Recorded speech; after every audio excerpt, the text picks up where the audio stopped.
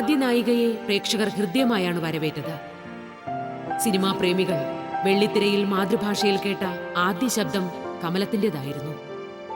അക്കാലത്തെ ജനപ്രീതിയാർജിച്ച വ്യക്തിത്വം തന്നെയായിരുന്നു കമലം. ബാലൻ്റെ സിനിമ ആദ്യം കോട്ടയത്ത് പോയാൽ കണ്ടത്. കോട്ടയത്ത് ചെന്നപ്പം എന്നെ കണ്ടുകൊണ്ട് എല്ലാവരും നിങ്ങളെന്തിനാ ടിക്കറ്റ് എടുത്തോ, നിങ്ങൾ ടിക്കറ്റൊന്നും എടുക്കണ്ട എന്നൊക്കെ പറഞ്ഞു. അവർക്ക് മനസ്സിലായി കണ്ട ഉടനെ. ടിക്കറ്റ് അങ്ങ് തിരിച്ചു കൊടുത്തു. അവിടെ വെച്ച് ഒരു പ്രാവശ്യം കണ്ടു. പിന്നെ കൊമരോത്ത് ഈ സിനിമ വരുമ്പോൾ ഞാൻ തൃശ്ശൂർ ഈ സിനിമ വരുമ്പോൾ ഞാൻ കൊമരോത്താണ്.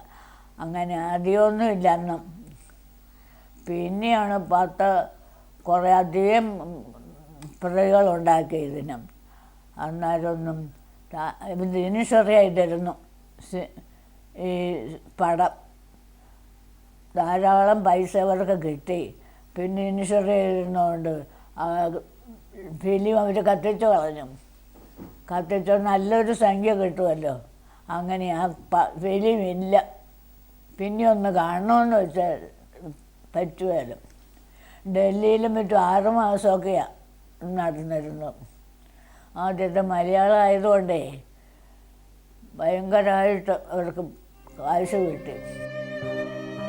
ഒറ്റ ചിത്രം കൊണ്ട് പേരും പ്രശസ്തിയും വാനോളം ഉയർന്നെങ്കിലും അപ്പോഴും കമലത്തിന്റെ ജീവിതം പ്രതിസന്ധിയിൽ തന്നെയായിരുന്നു. സിനിമയിൽ നിന്ന് തുച്ഛമായ പ്രതിഫലം മാത്രമാണ് ലഭിച്ചത്. ജീവിതം തുടർന്നു കൊണ്ടുപോകാൻ കമലത്തിന് നാടകവേദിയിലേക്ക് തന്നെ മടങ്ങേണ്ടി വന്നു. സർവ്വ ചെലവും കഴിഞ്ഞ് മാസം 100 രൂപയായിരുന്നു. 3.5 മാസം ഞങ്ങളവിടെ നിന്ന്. ആ 3.5 മാസം കൊണ്ട് 350 രൂപ അല്ലേ തരണ്ടേ. അത് തന്നു. 10 രൂപ കൂടുതലും തന്നു. അങ്ങനെ 360 രൂപ കിട്ടി. അതാണ് അന്നത്തെ പ്രതിഫലം. സിനിമയിൽ ഭയങ്കര ബുദ്ധിമുട്ടായിരുന്നു. ഇൻഡോർ സീനാണ് മിക്കവാറും എനിക്ക്. ഇൻഡോറിന് ചുറ്റും ലൈറ്റ് വെച്ചിട്ട് 1000 വോൾട്ടിൻ്റെ ലൈറ്റൊക്കെയാണ്. 3 4 കഴുത്തക്കറിഞ്ഞ ചെയിനൊക്കെ പൊള്ളിയിട്ട് കഴുത്ത് പൊള്ളിയിട്ടുണ്ട് ചൂട് പിടിച്ചിട്ട്. ഹിന്ദിക്കാരനും ഒരുത്തനായിരുന്നു മേക്കപ്പ് ചെയ്യാൻ വന്നിരുന്നു. അയാൾക്ക് മലയാളം പറഞ്ഞു വിടില്ല, തമിഴ് പറഞ്ഞു വിടാം, ഹിന്ദി മാത്രമേ അറിയാവുള്ളൂ. ഒരു ബോബത്കാരനും പറഞ്ഞൊരു ഇപ്പം മേക്കപ്പും വേണ്ട ഒക്കെ അവർ ചെയ്തോളും. ഒരു ബുദ്ധിമുട്ടില്ല ഇപ്പം അഭിനയിക്കാൻ. അന്ന് ഭയങ്കര ബുദ്ധിമുട്ടായിരുന്നു. ചെറുപ്രായത്തിൽ തന്നെ വിവാഹം കഴിഞ്ഞു. ദാമോദരൻ വൈദ്യരുടെ ഭാര്യാ പദവി ദീർഘകാലം നിലനിന്നില്ല. ഇഴയെടുപ്പമില്ലാത്ത ദാമ്പത്യം തകർന്നു പോകുമ്പോൾ എന്നും നല്ലതിനു മാത്രം പ്രാർത്ഥിച്ചിരുന്ന ഈ കലാകാരി വല്ലാതെ തകർന്നുപോയി. പറക്കമുറ്റാത്ത മക്കളുടെ ഭാവിയെക്കുറിച്ചുള്ള ഉത്കണ്ഠയായിരുന്നു ഈ അമ്മയ്ക്ക്.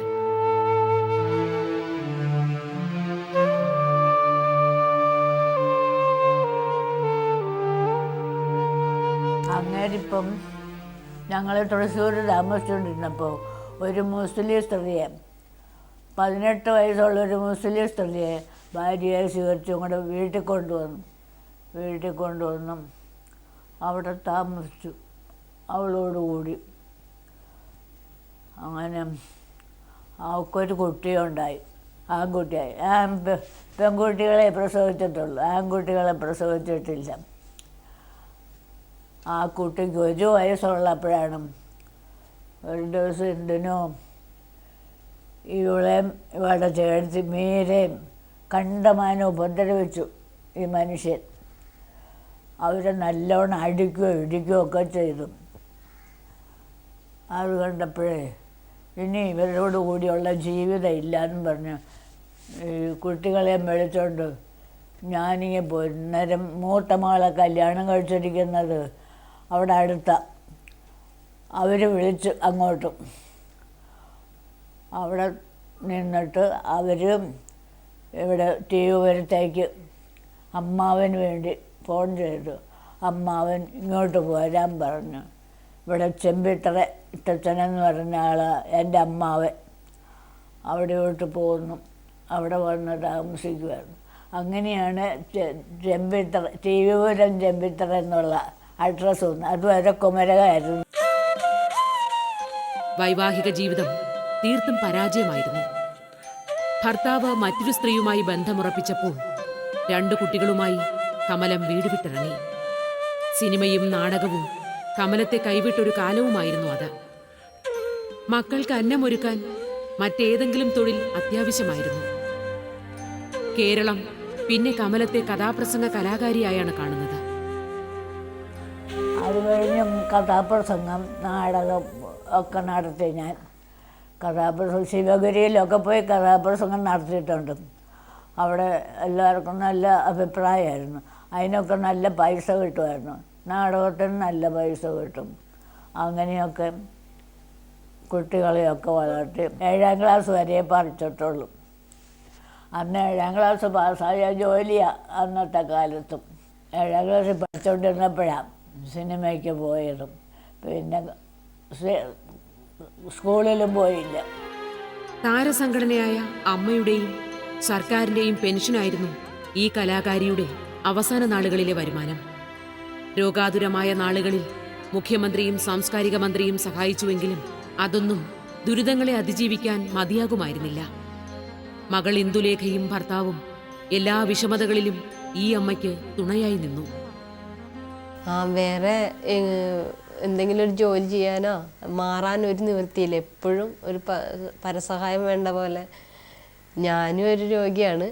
അതുകൊണ്ട് എപ്പോഴും അമ്മയുടെ അടുത്തുനിന്ന് മാറാൻ കടയിൽ പോകാൻ പോലും പറ്റില്ല.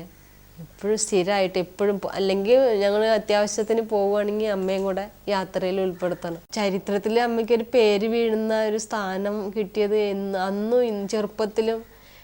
ഞാൻ 9ാം ക്ലാസ് മുതൽ മാധ്യമങ്ങളോട് ഇങ്ങനെ ഇൻ്റർവ്യൂവും ഓരോന്ന് അമ്മ ആത്മകഥ എഴുതുമായിരുന്നു. ഓരോന്ന് കണ്ടും കേട്ടും ഇങ്ങനെ വളരെ മുമ്പോട്ട് പോയിരുന്നു. വളരെയധികം ഒരു സന്തോഷവും സംതൃപ്തിയാണ്. സാമ്പത്തികമായി ഉയരാൻ കഴിഞ്ഞില്ലെങ്കിലും ഇങ്ങനെ ഒരു അമ്മയുടെ മകളായതിൽ വളരെയധികം സംതൃപ്തിയും സന്തോഷവും എല്ലാ വിധത്തിലും തോന്നിയിട്ടുണ്ട്. വിസ്മരിക്കപ്പെടേണ്ട ഒരാളല്ല MK കമലം. ജീവിതം തിരശീല താഴ്ത്തു മുമ്പ് കുറച്ചു സിനിമകളിലെങ്കിലും വേഷമിടാൻ MK കമലം വല്ലാതെ മോഹിച്ചിരുന്നു. അടങ്ങാത്ത അഭിനയമോഹം രോഗാതുരയാകും വരെ ഒപ്പം കൊണ്ടു നടന്നു. സ്വപ്നങ്ങൾ സ്വപ്നങ്ങളായി മാത്രം അവശേഷിപ്പിച്ച് അർഹിക്കുന്ന ആദരം നൽകാത്ത ഈ ലോകമുപേക്ഷിച്ച് കമലം കടന്നുപോയിരിക്കുന്നു. അനശ്വരയായ ഈ കലാകാരിയുടെ ഓർമ്മകൾക്ക് മുന്നിൽ ഞങ്ങൾ പ്രണാമമർപ്പിക്കുന്നു.